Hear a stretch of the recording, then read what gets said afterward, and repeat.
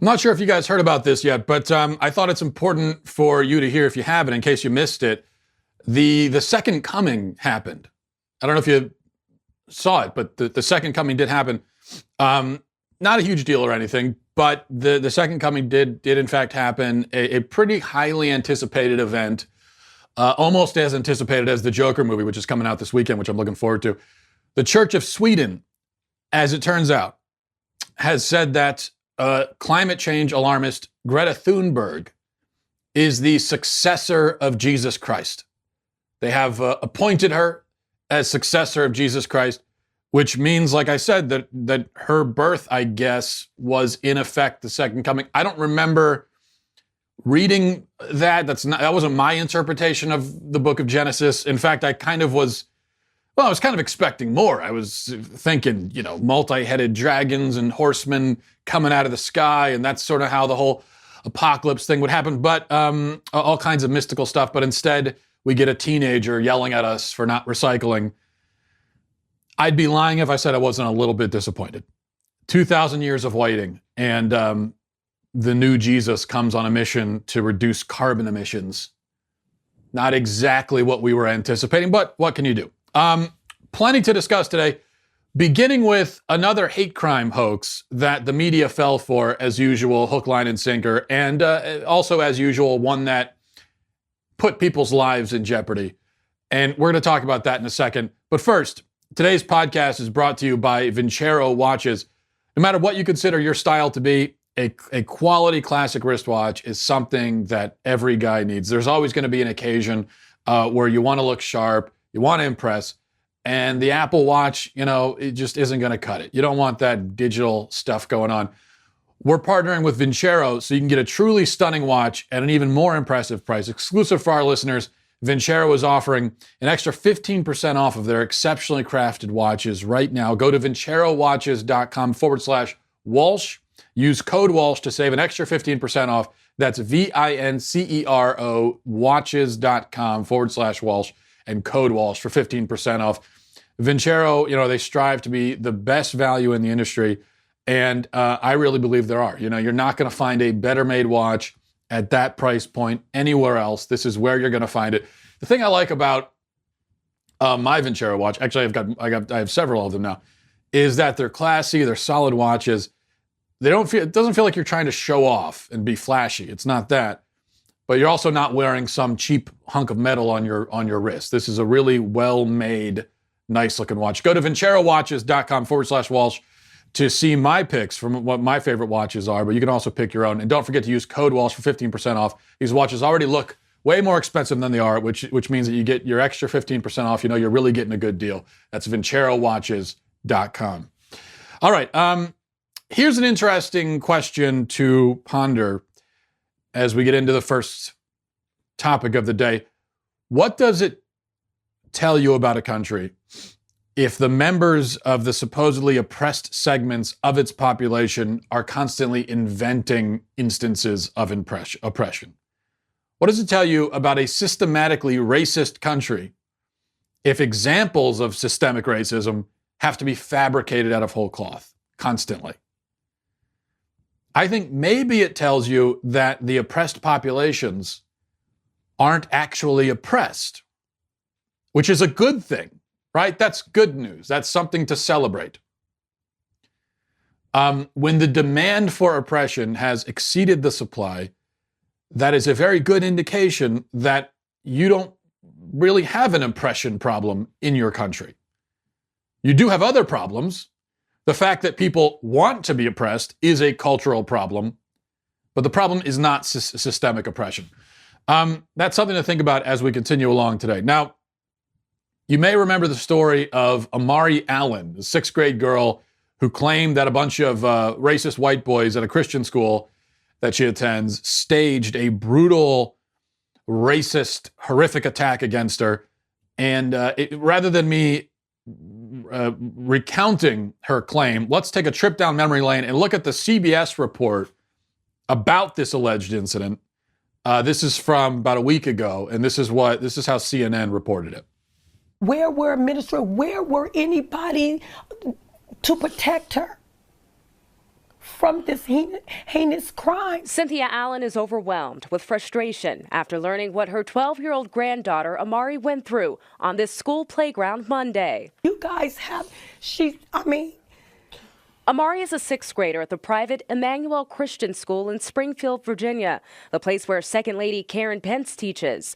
Amari tells WUSA 9 she's been bullied for weeks. Sometimes I think that I don't deserve to be there at a Christian school and everything, and that I'm ugly. She says 3 sixth-grade boys won't let up, taking her school lunches, calling her names, and more recently, an attack on the school playground. All 3 were around me, and then one of them put my hands behind my back, one of them covered my mouth. All while, she says, a third student pulled out scissors, then cut her hair.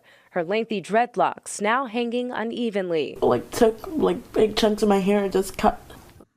So that was the report. And there was, it's CBS, but every major news outlet had a story like that. They were all over this story.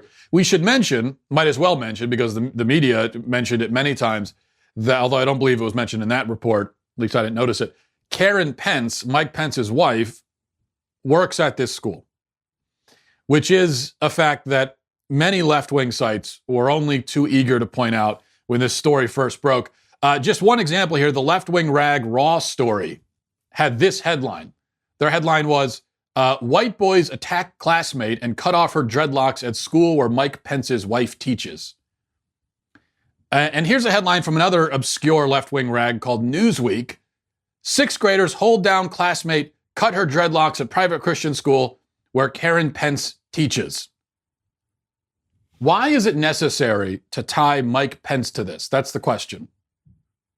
Now, it isn't, obviously, except for before we even get to the fact that this whole story is BS, which it is, by the way, that's the twist ending here. Except for the fact, there's no reason to bring Mike Pence into this as they did, just because his wife works there, except for the fact that the left has a Mike Pence obsession. They have a Mike Pence fever, and the only prescription is more Mike Pence. They just can't stop talking about the guy. They are obsessed with him, and so they bring everything back to Mike Pence if they can. And certainly they weren't going to let this opportunity to drag his name through the mud go to waste.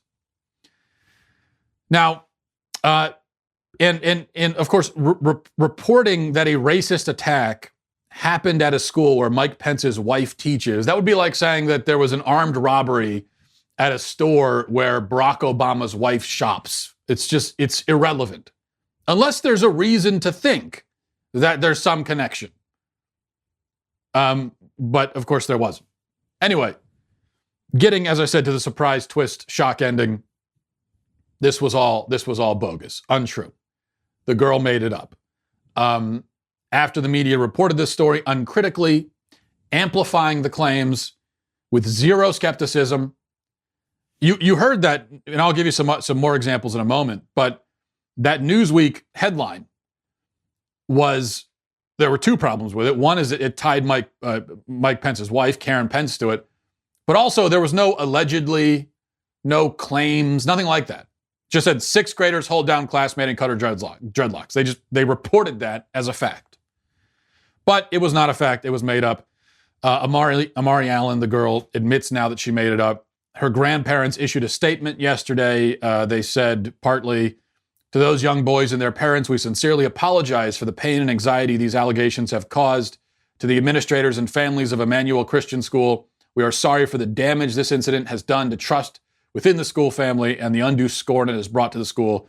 To the broader community who rallied in support for our daughter, we apologize for betraying your trust. Now, I don't necessarily blame the grandparents for this.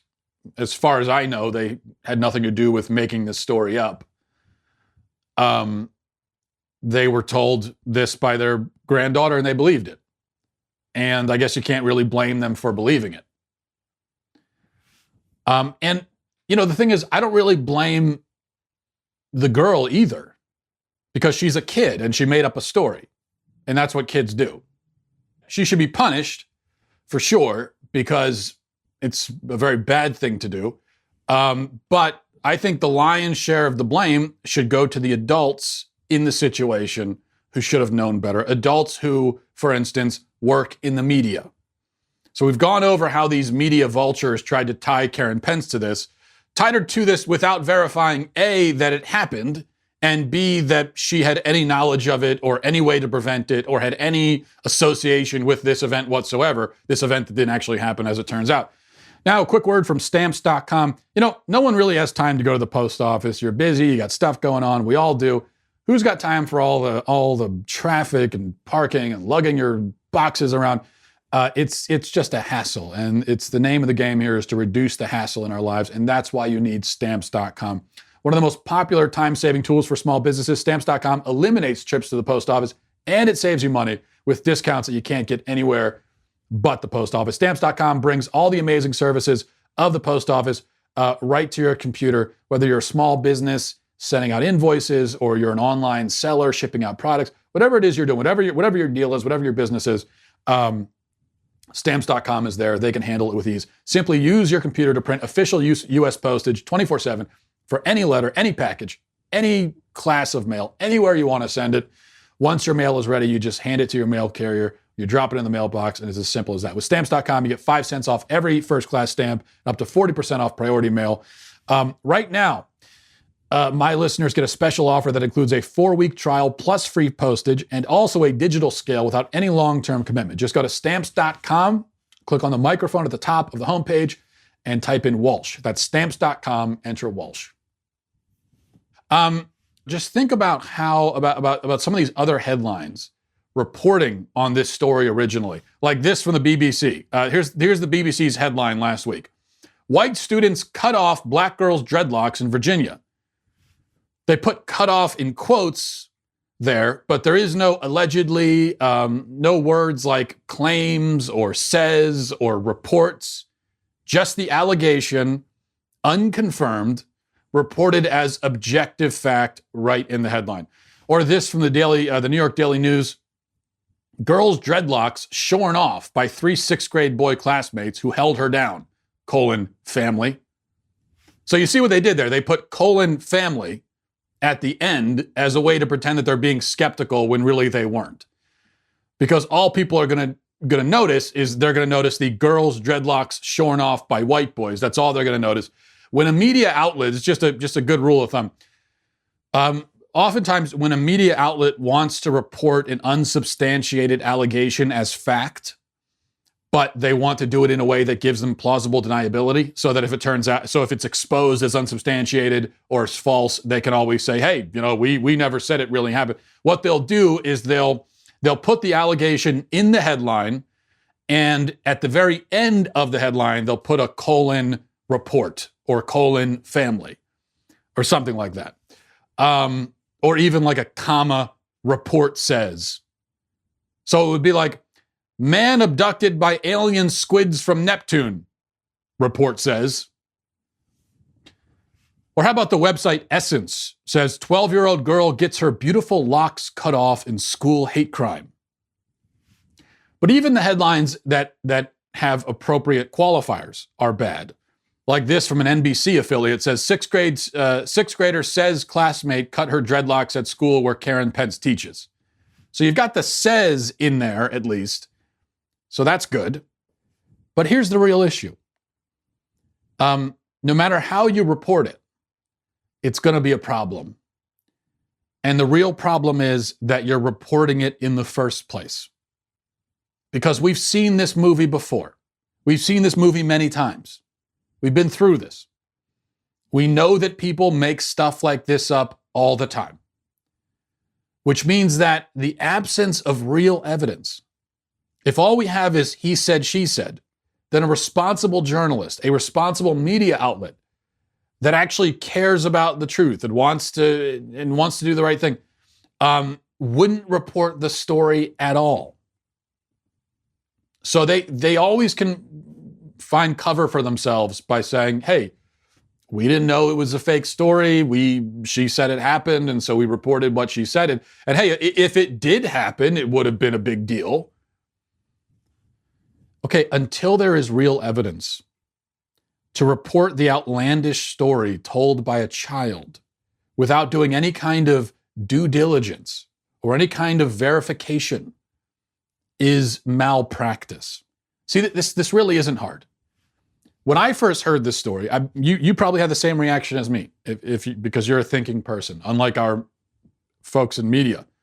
When I first heard this story a week ago or whenever it was, and I saw the headlines, my immediate reaction was, yeah, right. My immediate reaction was a kind of sideways glance. I don't think so. What I immediately thought. Now, I didn't say that publicly because I didn't have evidence. And so, just like you can't report unsubstantiated allegations as fact without evidence, you also can't come out and say, oh, I know for a fact that didn't happen unless you have evidence. So I'm not going to come out. And that's one of the ththings the media knows this, right? They know that they can report this unsubstantiated stuff, and you've got a child saying that she was brutally attacked. Well, nobody's going to want to come out against a child and say, no, I think the girl's lying. No one's going to say that, especially if we don't have any. If the only reason why we think it is just gut instinct, which is what it was for me, that's not going to be enough. It's not enough for me to come out publicly and say, I think she's lying, even though I thought she was. So the responsible thing, what most of us did, what I did, what most people, I just didn't say anything about it. I didn't say anything one way or another. Just wait a minute.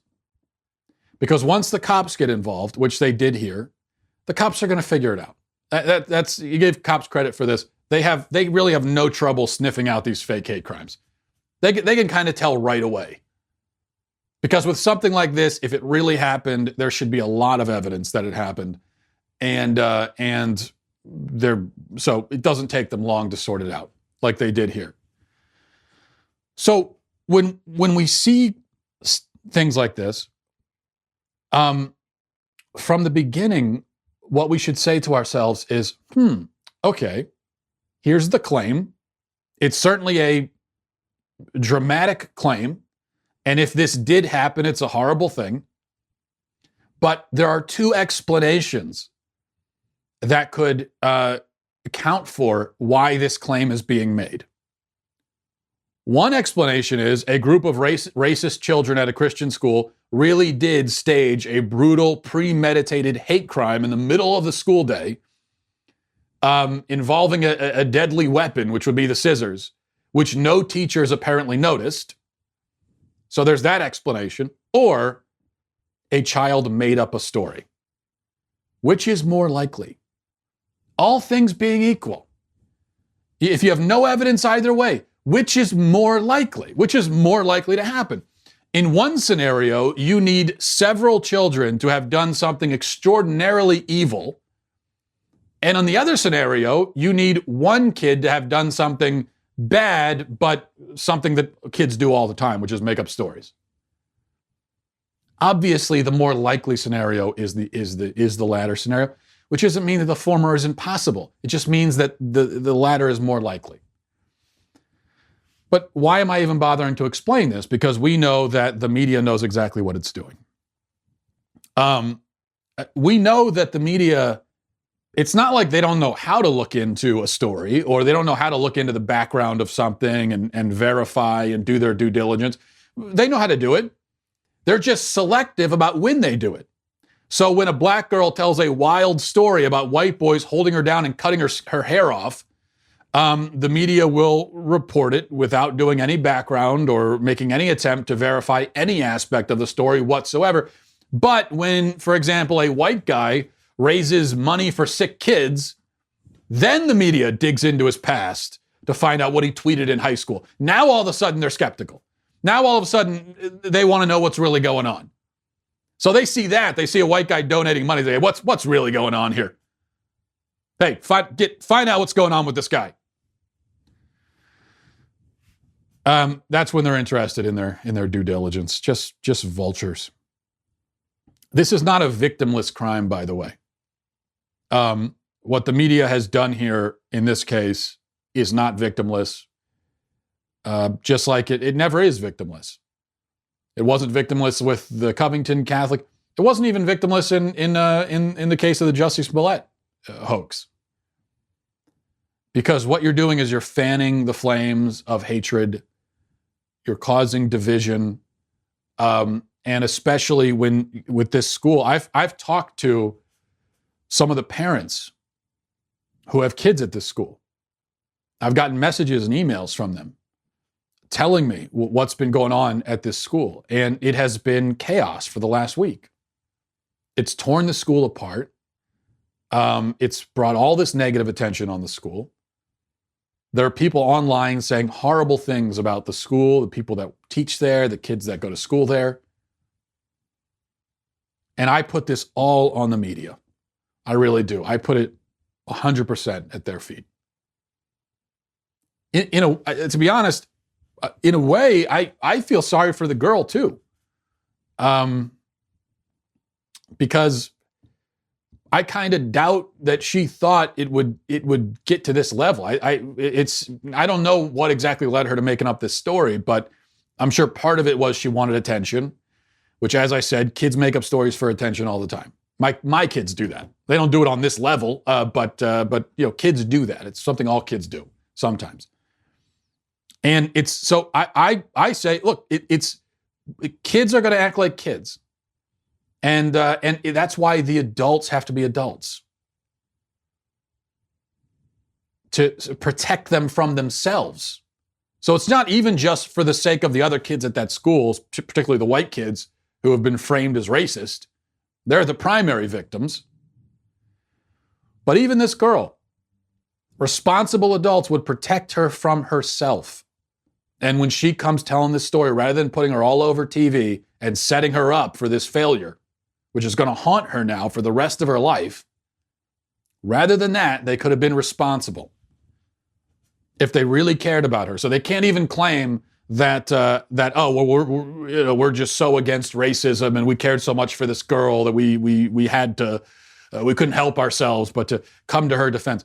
If you really cared about her, you would use your brain and say, okay, there's a good chance she's making this up. It doesn't make sense. It's a crazy story. And so we're not going to put her all out there and set her up for public humiliation, which is exactly what they did. It's detestable. And it's not just the media either. We can't just put it on the media's, put this at the feet of the media. It's 100% their fault, but then it's also the fault of the average people on social media who see stories like this. In a way, they call it social media for a reason, right? In a way, we're all part of the media now. If you have a social media account, you now participate in amplifying, spreading, in effect, reporting these kinds of stories. And so I think that's a responsibility we have to take seriously. And when it doesn't take a lot of effort just to hit retweet on Twitter or to hit share on Facebook, but when you do that with a story without doing any due diligence on your own part, I think when we do that, there's responsibility on us too. We should also be saying, we hear a story like that, we should say, hold on a second. I don't know about this. Let's wait. I can wait a little bit. It's not like I don't need to retweet it right now. Everyone else is already doing it. I don't need to retweet it. I don't need to share it. I don't need to say anything about it. If it really happened, well, then I can wait for the facts to come out. I can talk about it next week if I really feel the need. I don't need to do it right now. All right. Have you ever wondered why so many Americans are sick and unhealthy and overweight? This is a question that we're all asking ourselves. Well, between the food supply and a sedentary lifestyle, Americans are in the worst shape that they've ever been, and that's to put it mildly. And that's why the team of on-staff physicians at Brickhouse Nutrition created Field of Greens. All right, Field of Greens, this is what it is. It's an easy way for you to add fruits and vegetables to your daily routine, because the fact is, most of us, we're not getting nearly enough of that. Okay, I can't remember the last time that I sat down and ate like an apple or something. It's just we don't have time for it. You don't think about it. Plus, produce is expensive and it goes bad and there's all kinds of problems with it. That's why you've got Field of Greens. Field of Greens is made with real USDA organic fruits and vegetables. It also helps boost your immunity through using antioxidants, and it assists with digestive help, with prebiotics and probiotics. It's like having a doctor and a nutrition basically right in your kitchen. You can walk into your kitchen, they're right there, and they can help you out. One scoop delivers a full serving of fruits and vegetables You just drop it in a cup of water, you stir it, you drink it, you're done. And it's also great for smoothies as well. I've used it for that. It's delicious. Bottom line, this is real food, not extracts.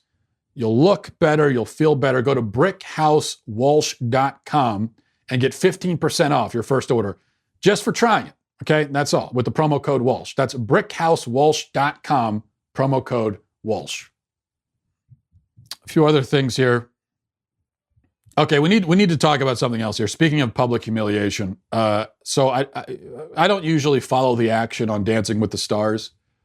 I've always been more of an America's Got Talent kind of guy myself, to be honest, personally. But Sean Spicer, former White House spokesman, back when the White House had spokesmen and actually did things like press conferences, which they don't do anymore. But he left the White House, obviously, and he's been on Dancing with the Stars. And he keeps getting voted through. So they had another episode last night, I think, and then they're going to do the results show tonight, I guess. And he keeps getting voted through because a bunch of Trump fans keep voting for him, even though he's a terrible dancer. And don't take my word for it. Here he is. I think this was his performance last night, dancing. I don't know what kind of dance this is supposed to be, but watch this.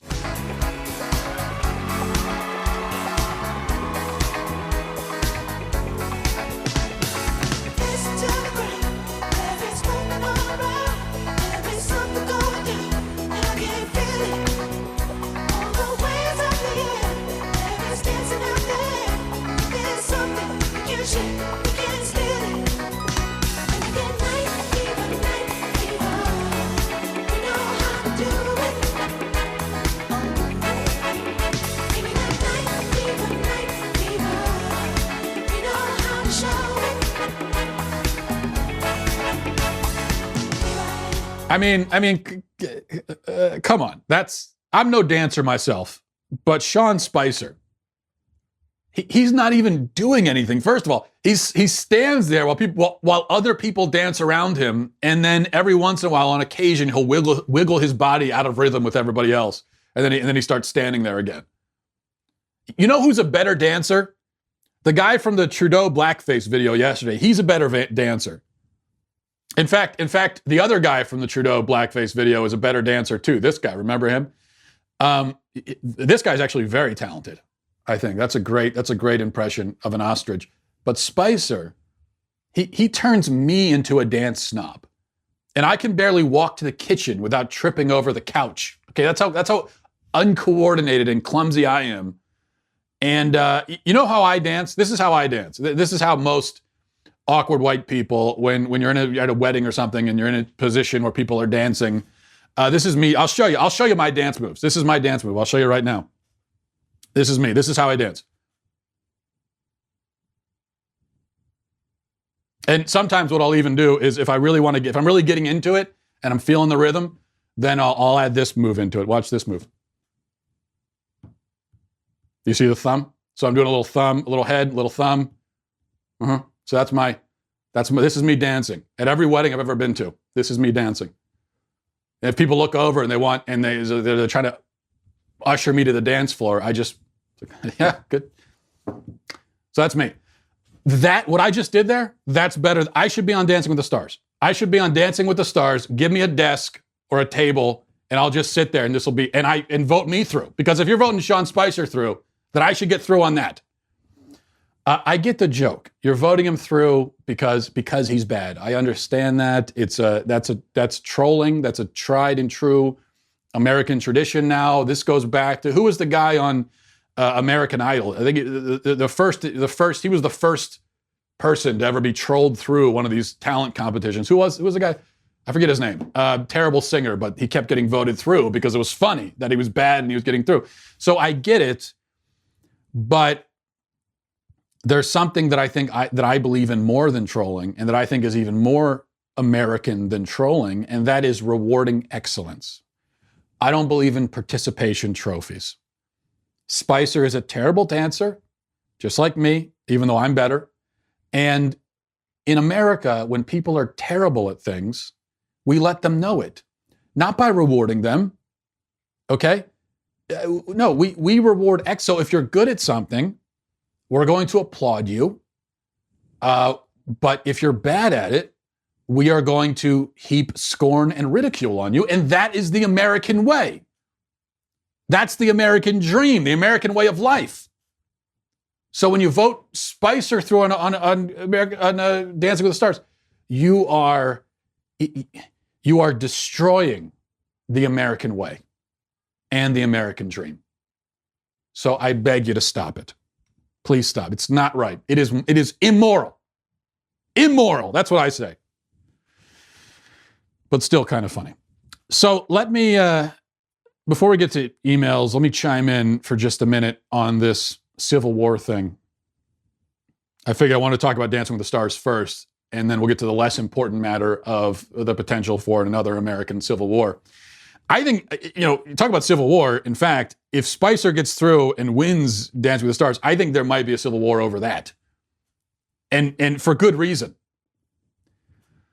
But as you heard, there's been a lot of discussion and outrage over the last couple of days because Trump tweeted a quote from his lackey, Robert Jeffress, saying that impeachment will lead to civil war. That's what Jeffress said, and Trump retweeted it, quoted it, actually didn't retweet, quoted it and tweeted it. So now everyone's giving their thoughts on whether we are headed to a civil war. I've talked about this before, but let me give my 2 cents on that.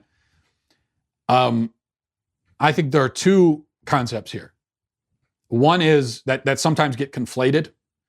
One is civil war, and the other is civil unrest. Now,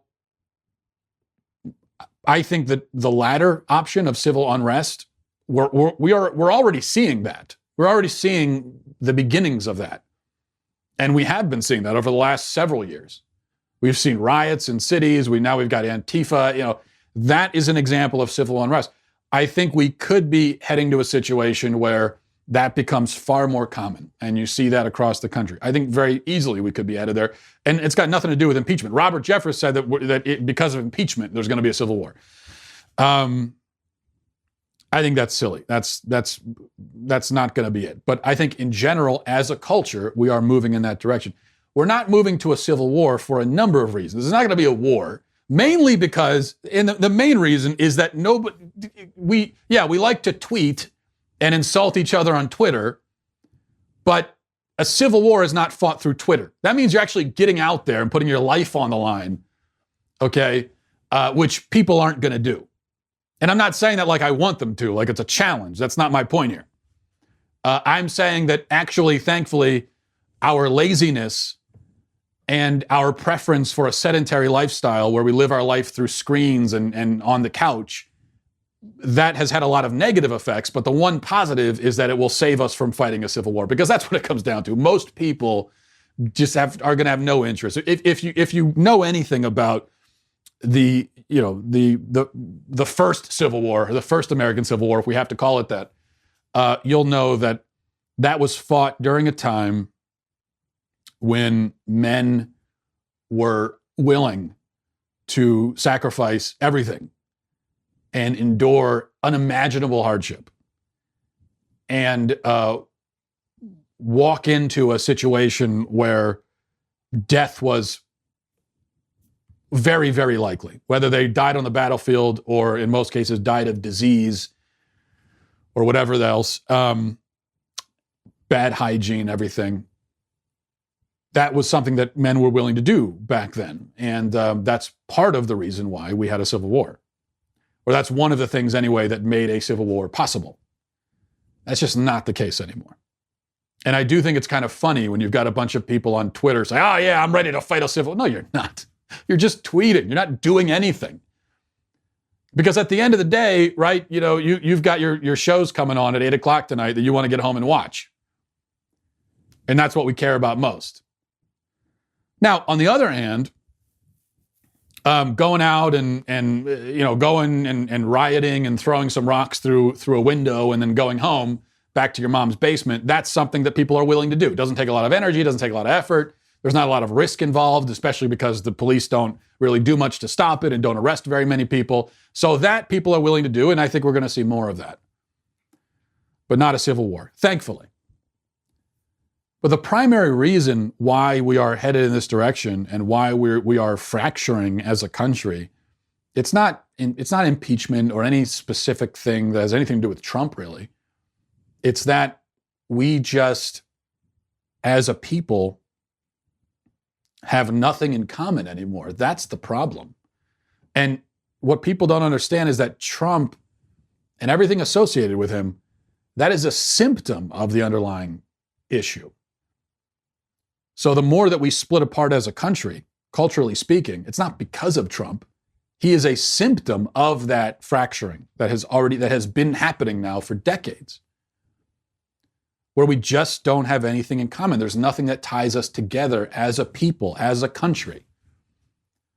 America is a country that was founded on an idea of inalienable human rights, endowed by a creator, freedom, liberty, all those. That was the idea, the founding idea, which at the founding of our country was not perfectly expressed. And there were whole swaths of people that were excluded from it, which was bad. But that was supposed to, anyway, be the idea that brought us together. And these days, not everybody believes in that idea. There isn't one value or belief or priority that we all share as a people. You get 100 random Americans into a room, you're not going to be able to get a majority agreement on anything, no matter how fundamental the issue is. And so that's where it's coming from, is that we just don't. Countries have to be built on some kind of commonality.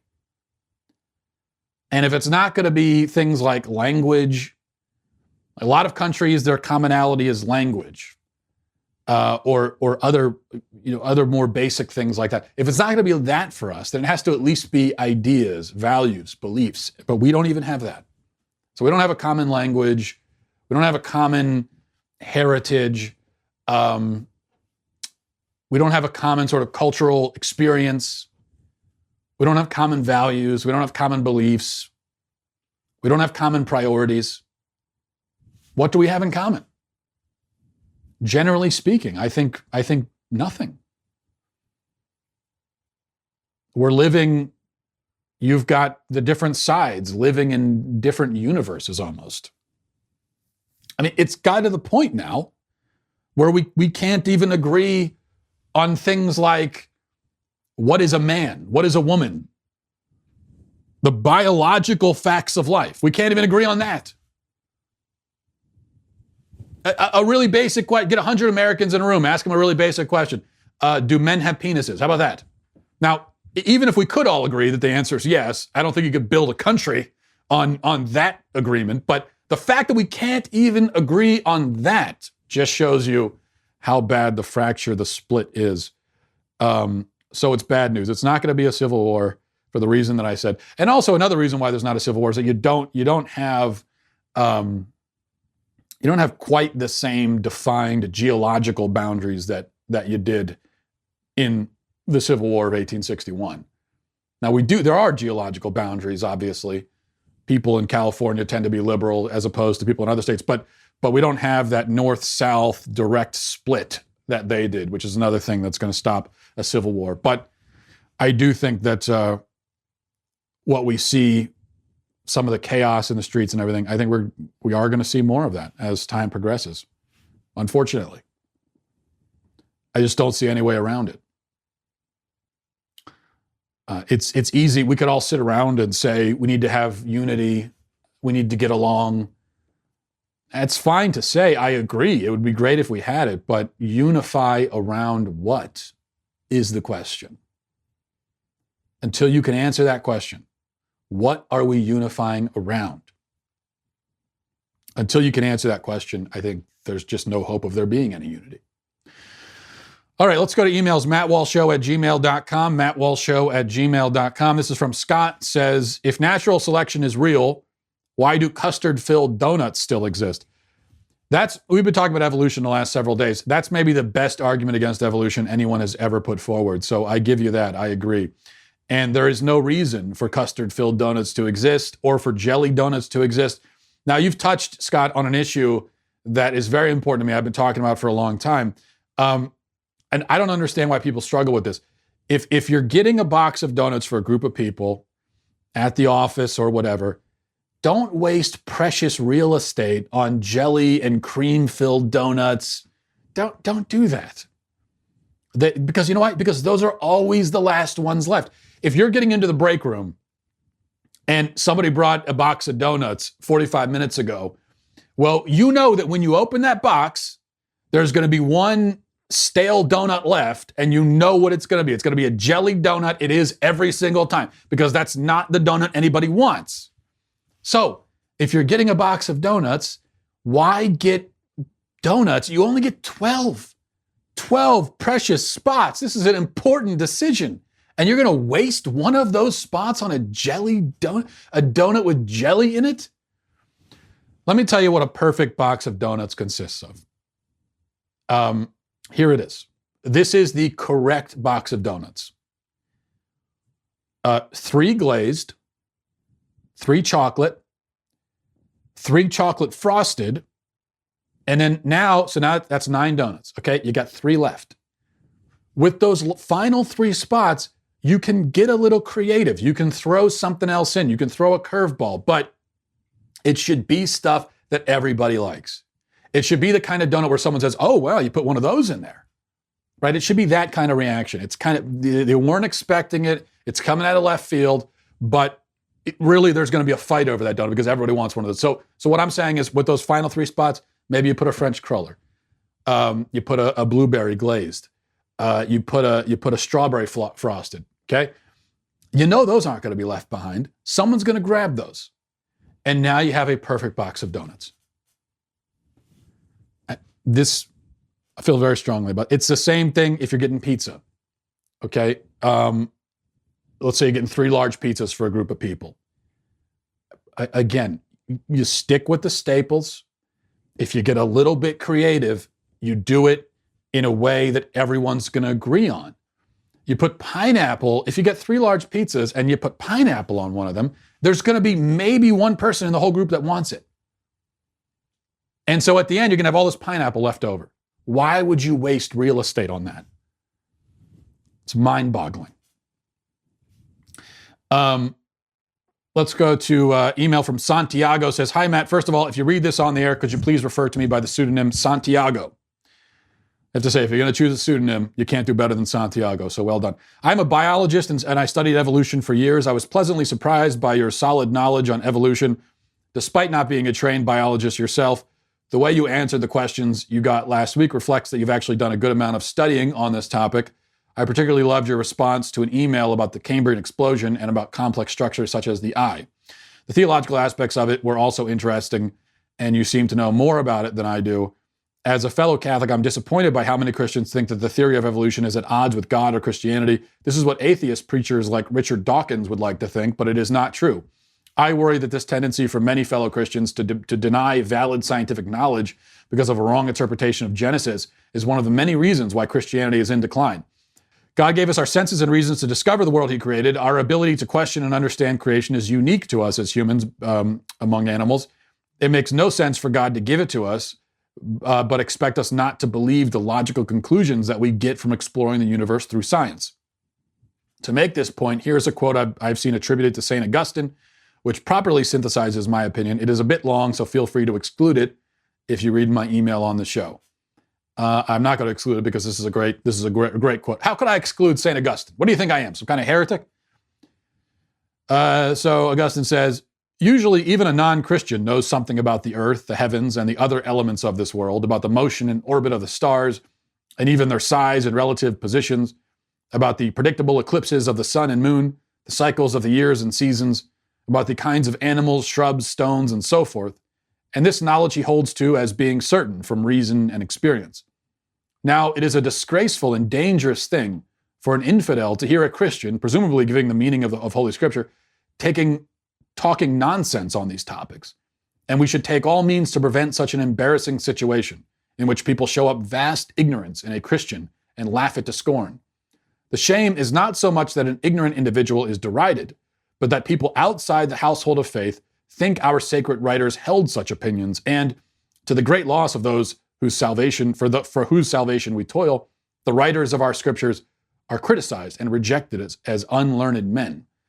If they find a Christian mistaken in a field which they themselves know well and hear him maintaining his foolish opinions about our books, how are they going to believe these books in matters concerning the resurrection of the dead, the hope of eternal life, and the kingdom of heaven, when they think their pages are full of falsehoods and on facts which they themselves have learnt from experience and the light of reason?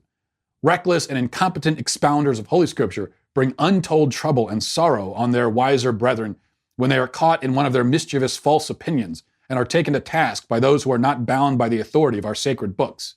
For then, to defend their utterly foolish and obviously untrue statements, they will try to call upon Holy Scripture for proof and even recite from memory many passages which they think support their position, although they understand neither what they say nor the things about which they make assertion. Great quote. I think I've shared that before in relation to other topics on the show from St. Augustine. I could not agree more with it. And that's not to say, by the way, I've gotten plenty of emails over the last several days from Christians who have issues with the theory of evolution and can provide intelligent reasons to maintain some level of skepticism. I disagree, but I won't deny the intelligence of it. So I'm not going to take I don't know how Santiago meant it, but I personally would not take that quote and apply it wholesale to every Christian who doubts evolution, for example. But Christians this is where I think the quote applies. And this, I think, is a big problem. And I agree with Santiago that this, I think, has something to do with the decline of Christianity in America. When you have Christians who seem to reject modern science wholesale, almost in its entirety, rejecting almost the entirety of geology, paleontology, cosmology, physics, which unfortunately a large number of Christians in this country do, where they hold beliefs that require them to not only reject the findings of all of these fields of study without any scientific reason to do so, but to even suggest that science is basically some kind of conspiracy among atheists to disprove God. These are the kinds of claims that some Christians will make. I know that because I've been fielding these claims now for days, longer than that actually. And that's a real problem. I'm not saying it's a salvation issue where if you're wrong about the science, you're going to go to hell. I'm not saying that. I am saying though that non-believers, when they see Christians rejecting science and creating this false competition between science and religion, non-believers are going to say, "Oh, this is some kind of crazy cult. I don't want any part of that." Well, you're telling me if I want to be a Christian, I have to reject science? No, I'm not going to do that. You're telling me if I want to be a Christian, I have to reject almost everything I'm told by cosmology, physics, paleontology, archaeology, geology? You're telling me, no, I can't do that. And so I agree with Santiago. I think that a lot of people are scared away, and it does contribute to the decline because they have this notion that science and Christianity are at odds.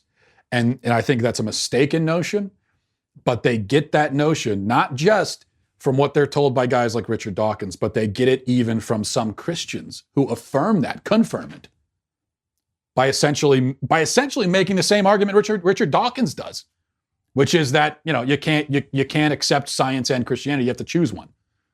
That's the atheist argument, and it really troubles me when I see Christians that seem to agree with it, essentially.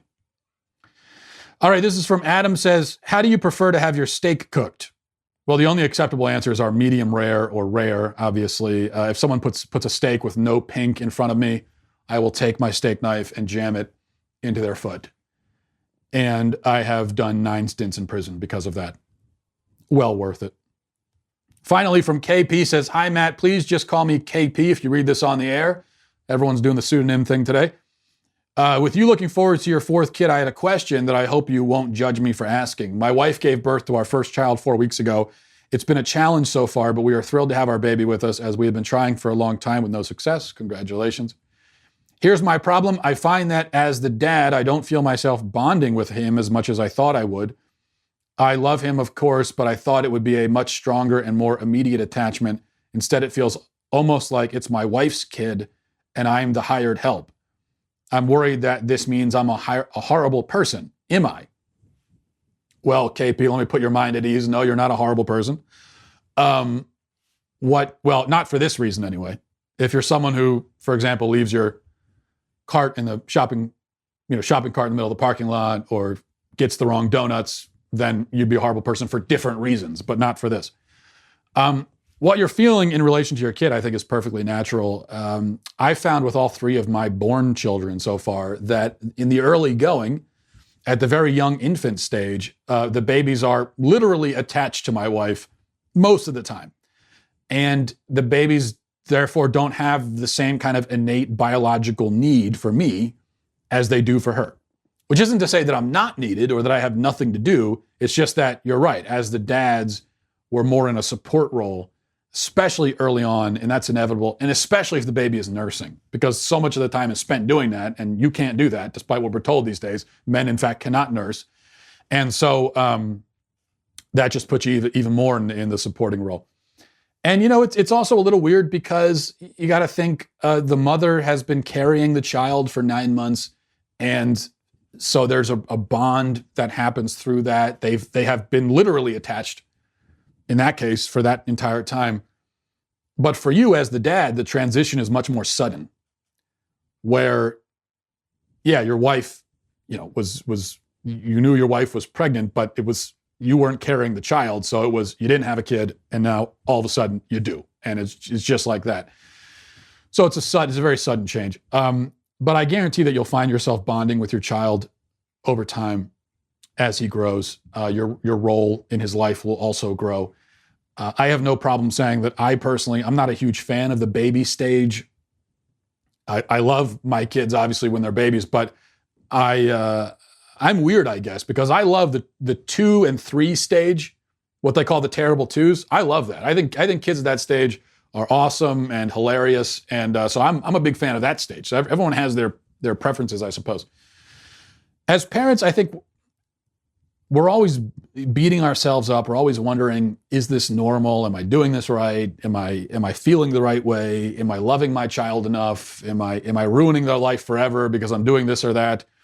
These are always questions that we have. But I think those questions just mean that you care. They mean that you want the best for your child. Your desire to be bonded with your kid is all that matters at this point. And unfortunately, sadly, as we know, a lot of kids are born into families where the father has no desire to be bonded to them. The fact that you have that desire, even if you don't feel the actual bond itself quite to the intensity that you want, but that's still a good news, the fact that you have it.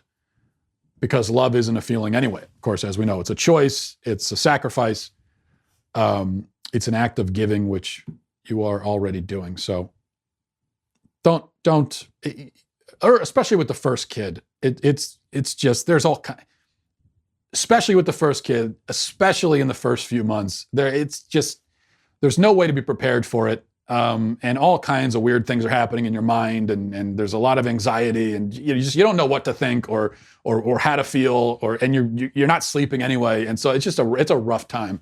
You get through it, you'll be fine. Really, it'll be fine in the end. I promise you that.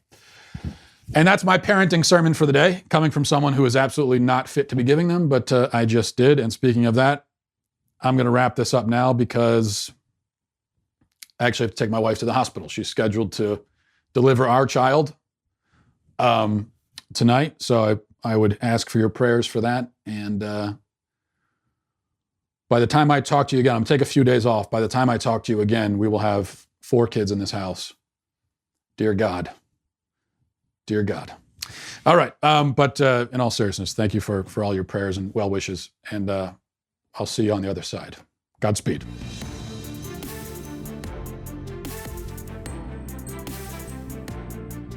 The Matt Walsh Show is produced by Robert Sterling, associate producer Alexia Garcia Del Rio, executive producer Jeremy Boring, senior producer Jonathan Hay, our supervising producer is Mathis Glover, and our technical producer is Austin Stevens, edited by Donovan Fowler.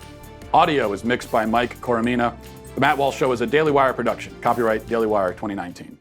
If you want to delve the depths of leftist madness, head on over to The Michael Knowles Show, where we examine what's really going on beneath the surface of our politics and bask in the simple joys of being right.